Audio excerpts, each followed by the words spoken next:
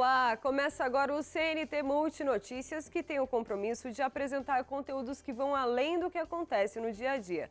Tudo para levar mais informação até você. Então confira os assuntos dessa edição. Proteína em excesso pode ser problema. Veja como o consumo exagerado pode trazer consequências para o organismo. E uma nova biblioteca digital pública e gratuita foi lançada pelo Ministério da Educação com milhares de títulos.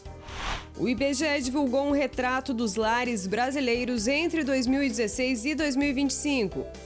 E no norte da Bahia, um projeto ajuda a preservar o único bioma totalmente brasileiro. Em Juazeiro, um viveiro de plantas nativas une produção de mudas e educação ambiental para aproximar a comunidade da Caatinga. Você acompanha agora no CNT Multinotícias.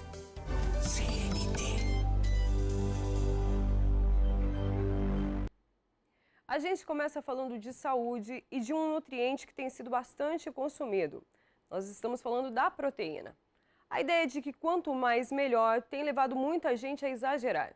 Entre dietas da moda e conselhos que circulam nas redes sociais, o consumo excessivo passou a ser tratado quase como sinônimo de saúde.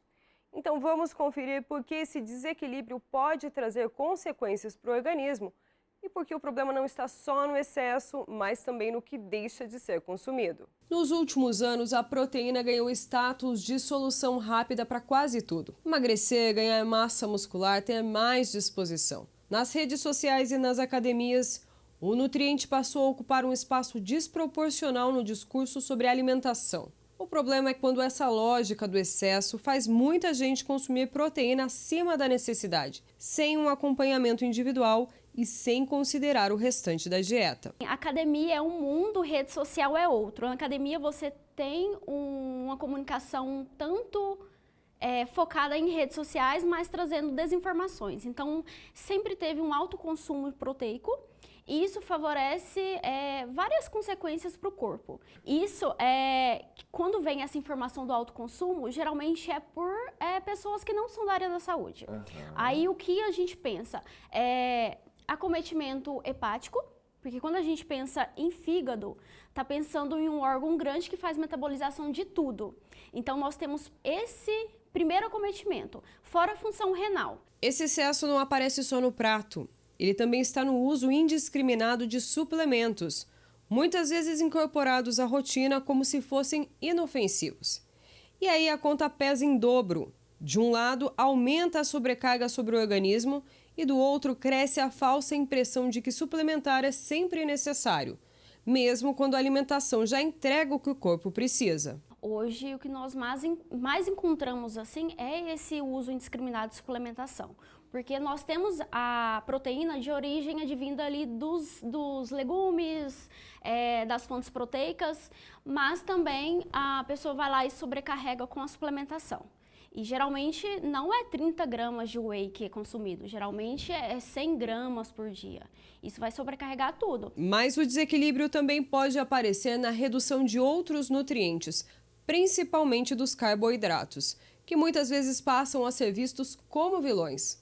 O resultado é uma alimentação montada em torno de um único objetivo estético ou de desempenho, mas que deixa de atender necessidades básicas do funcionamento do corpo. Geralmente quem foca em proteína reduz carboidrato.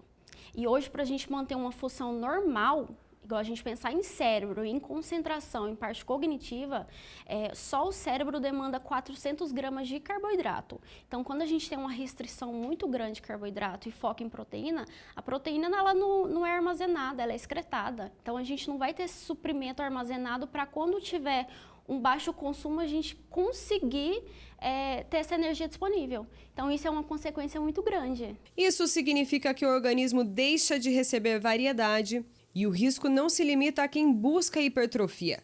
Dietas restritivas, uso de canetas para emagrecimento, fórmulas prontas da internet e planos alimentares copiados de outras pessoas também podem empurrar o consumo para um padrão inadequado.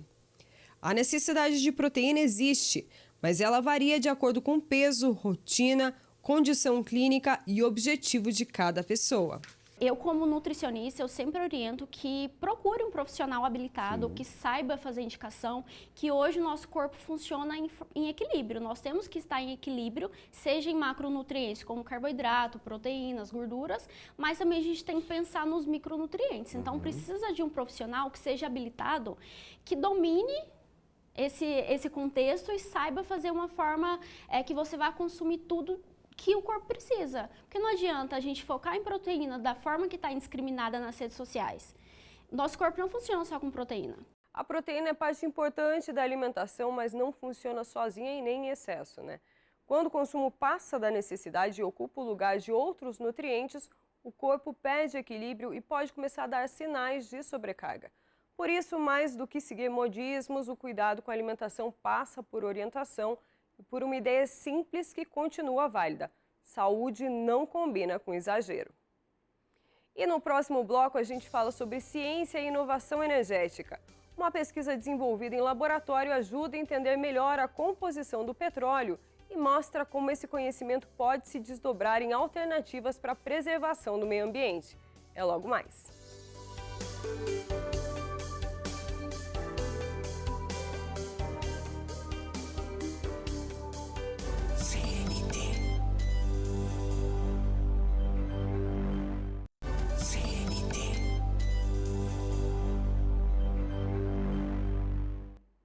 A gente volta trazendo uma novidade para quem gosta de leitura. O Ministério da Educação lançou no início desse mês uma nova biblioteca digital pública e gratuita. Chamada de MEC Livros, a plataforma reúne milhares de obras e pode ser acessada pelo computador ou pelo celular. Com títulos clássicos, contemporâneos e livros infanto-juvenis, a plataforma já registrou mais de 500 mil de cadastros em menos de um mês. O MEC Livros é uma biblioteca digital criada pelo Ministério da Educação e já está disponível em site e aplicativo. Para entrar, o usuário precisa fazer login com a conta gov.br. No primeiro acesso, a plataforma também permite selecionar gêneros de interesse para personalizar recomendações de leitura. Segundo o MEC, o acervo reúne mais de 8.000 obras, entre títulos em domínio público e livros contemporâneos obtidos por parcerias e licenças. Entre os destaques estão autores como Clarice Lispector, José Saramago e Ariano Suassuna, além de sucessos editoriais como Harry Potter, Jogos Vorazes, O Hobbit e Eu Sou Malala. A plataforma funciona como uma biblioteca com sistema de empréstimo digital. O leitor pode pegar um livro por vez, com prazo de 14 dias, e existe a possibilidade de renovação por mais 14.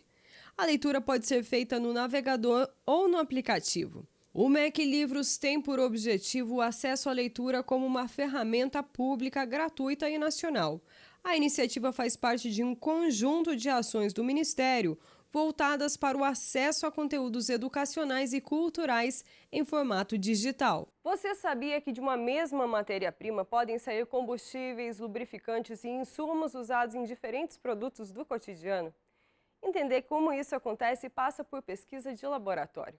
E é a partir dessa curiosidade que a gente chega ao Lab Petro, da Universidade Federal do Espírito Santo. Um centro que nasceu voltado à química do petróleo e hoje também desenvolve estudos em outras áreas, como o meio ambiente. Na Universidade Federal do Espírito Santo, um centro de pesquisa que nasceu voltado à química do petróleo foi ampliando o próprio campo de atuação ao longo dos anos. Hoje, o Lab Petro reúne mais de 20 laboratórios e desenvolve estudos que vão da caracterização de derivados do petróleo até temas como meio ambiente e novos materiais. O petróleo em si, ele é uma mistura complexa de diversos compostos, né? Então, o fracionamento desse óleo vai, então, direcionar, né, o percentual, a quantidade, né, de cada um dos derivados que estão presentes nele. Quais são eles? A nafta, o querosene, diesel, lubrificante, enfim, esses são os derivados que vão depois direcionar para a produção de combustíveis, como gasolina, o diesel, enfim. Esse tipo de estrutura ajuda a entender desde a composição do petróleo até aplicações ligadas a combustíveis e outros produtos industriais. Mas o laboratório deixou de se limitar a essa frente inicial e passou a incorporar novas áreas de investigação. O Lab Petro é um dos maiores centros de pesquisa em química do petróleo do mundo. Não só nessa área, porque hoje o Lab Petro ele trabalha com química forense, ele trabalha com química do café, trabalha com química medicinal, com várias outras áreas que envolvem, por exemplo, plásticos, microplásticos, meio ambiente, saúde. Ao longo dessa trajetória, o laboratório também participou de pesquisas ligadas ao pré-sal e passou a integrar projetos de grande porte com impacto ambiental e social. Um deles está relacionado ao monitoramento da biodiversidade aquática. Os maiores projetos hoje dentro de uma universidade nesse país roda aqui dentro do LabPetro, que é o Programa de Monitoramento da Biodiversidade Aquática. Isso é um marco extremamente importante, porque é esse projeto que dá sustentação a quase toda a estrutura relacionada à questão do Rio Doce. Então, os dados que são gerados são utilizados para a saúde, são utilizados para o meio ambiente, são utilizados em políticas de Estado. Além da pesquisa em petróleo, o laboratório também passou a olhar com mais força para temas ligados à transição ambiental, como captura de carbono e redução dos efeitos do aquecimento global. Uma mudança que acompanha novas demandas da ciência e da própria sociedade. Foram 20 anos de foco em petróleo, serão os próximos 20 anos com também uma preocupação ambiental forte. E hoje, uma frente bastante atuante que vai demandar é a parte de captura de carbono, redução dos impactos do aquecimento global. Ao reunir pesquisa básica, inovação, aplicação e projetos em diferentes áreas, o laboratório mostra como a ciência feita dentro da universidade pode acompanhar transformações da indústria, do meio ambiente e das demandas sociais. E depois do intervalo, a gente vai ao norte da Bahia para mostrar um trabalho de preservação do único bioma totalmente brasileiro. Em Juazeiro, um viveiro de mudas nativas ajuda a fortalecer a caatinga. Já, já.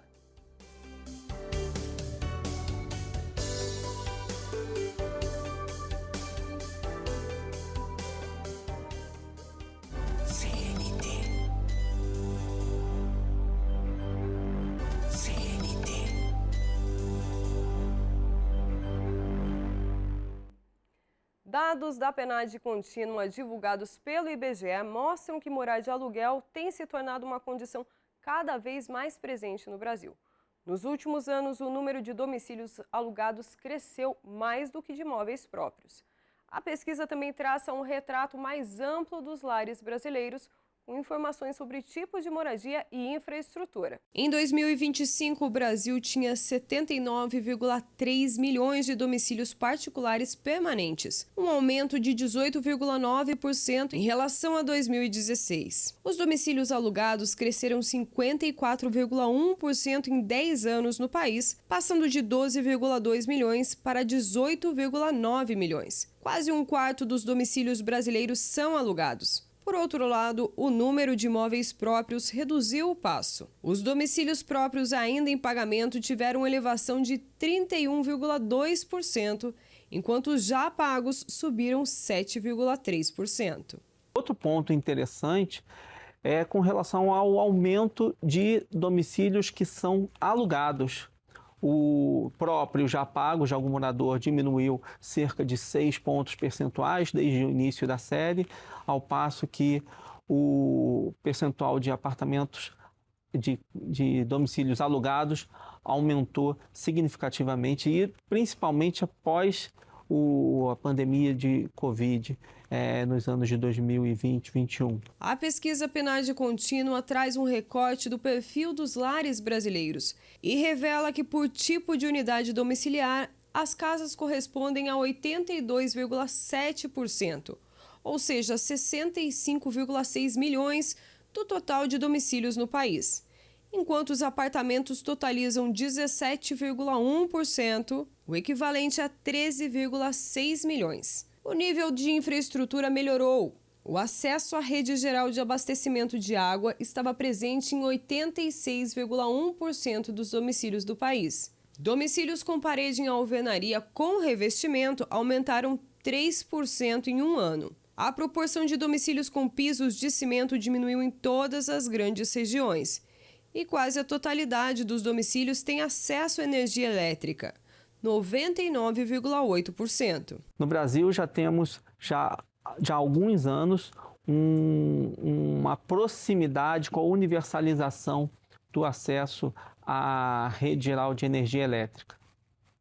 onde há uma maior dificuldade de acesso a essa rede de abastecimento de energia elétrica é no setor rural, principalmente na região norte. A pesquisa também avaliou bens duráveis de consumo. Entre os bens mais consumidos no país no período, a pesquisa mostra que a máquina de lavar roupa foi o item mais adquirido, com expansão de 70,4% em 2024, passando para 72,1% em 2025. Em segundo lugar foi a motocicleta, que registrou expansão de 25,7% em 2024 e 26,2% em 2025, seguido do item carro, que expandiu de 48,8% para 49,1% nos respectivos anos. A Caatinga é o único bioma totalmente brasileiro e abriga muitas espécies que só existem nesse ecossistema. Para valorizar essa riqueza, em Juazeiro, no norte da Bahia, um projeto da Universidade Federal do Estado ajuda a preservar esse bioma. O viveiro produz mudas de plantas nativas e leva educação ambiental para estudantes e moradores da região. Único bioma totalmente brasileiro, a Caatinga reúne espécies que não existem em nenhum outro lugar do mundo. Preservar essa diversidade é um desafio e também uma missão para quem estuda o meio ambiente. Em Juazeiro, no norte da Bahia, um viveiro mantido pela Universidade do Estado da Bahia produz mudas de plantas nativas e ajuda a recuperar áreas degradadas. Estudantes participam do projeto e ajudam na produção de mudas e também nas ações de conscientização ambiental. No momento, nós temos em torno de 14 alunos envolvidos, entre bolsistas e voluntários. Então, as ações são devidas com a educação ambiental, falando da importância dessas plantas que são propagadas aqui no viveiro para essa questão da recomposição da mata da Caatinga. No viveiro são cultivadas mais de 10 espécies endêmicas da região, como macambira e buquê de noiva. As mudas são doadas a produtores rurais e também para a Prefeitura de Juazeiro, para ajudar na arborização da cidade e na recuperação de áreas que sofreram erosão. Para os estudantes, o projeto também funciona como um laboratório prático logo no começo da formação. Para a gente é um aprendizado muito importante, porque a gente está começando agora, né, no curso, aí já vai tendo experiência na área. A preocupação com o meio ambiente começa ainda na preparação do solo. No próprio viveiro, os alunos produzem o adubo usado no cultivo das plantas em um processo de compostagem. Temos alguns compostos que são utilizados aqui, que no caso vai chegar o esterco, que a gente vai fazer o curtimento e também o preparo para fazer o composto, que no caso a gente vai utilizar algumas folhagens, a gente vai incorporar essas folhas no esterco e vai fazer o revolvimento desse esterco até que ele fique preparado para fazer esse composto. Além da produção de mudas, o projeto também leva educação ambiental para a comunidade. A equipe realiza oficinas, palestras e visitas técnicas em escolas de Juazeiro, aproximando o conhecimento acadêmico da realidade da população. O objetivo é estimular a preservação da Caatinga e incentivar a recuperação de áreas degradadas. Essas mudas, o objetivo principal delas é realmente fazer o processo de recomposição e arborização dessas áreas da Caatinga, principalmente áreas degradadas. As mudas produzidas no viveiro também podem ser solicitadas gratuitamente pela população pelo Instagram do projeto. Pequenas mudas que hoje nascem no viveiro e amanhã ajudam a manter viva a Caatinga brasileira. Em iniciativas como essa, a universidade contribui para uma mudança prática com a produção de mudas, mas também para uma mudança mais estrutural que envolve a conscientização ambiental, que é o que vai garantir o futuro dessas mudas plantadas para que elas permaneçam fazendo parte da Caatinga, né? E com essa notícia sobre restaurar e preservar, a gente termina o CNT Multi de hoje. Mas se você quiser continuar acompanhando conteúdos como esse, é só acessar o aplicativo gratuito CNT Play ou o portal redecnt.com. E você também pode participar do nosso telejornal enviando as suas sugestões através do e-mail cntmulti@redecnt.com.br. Eu agradeço a sua companhia e até amanhã.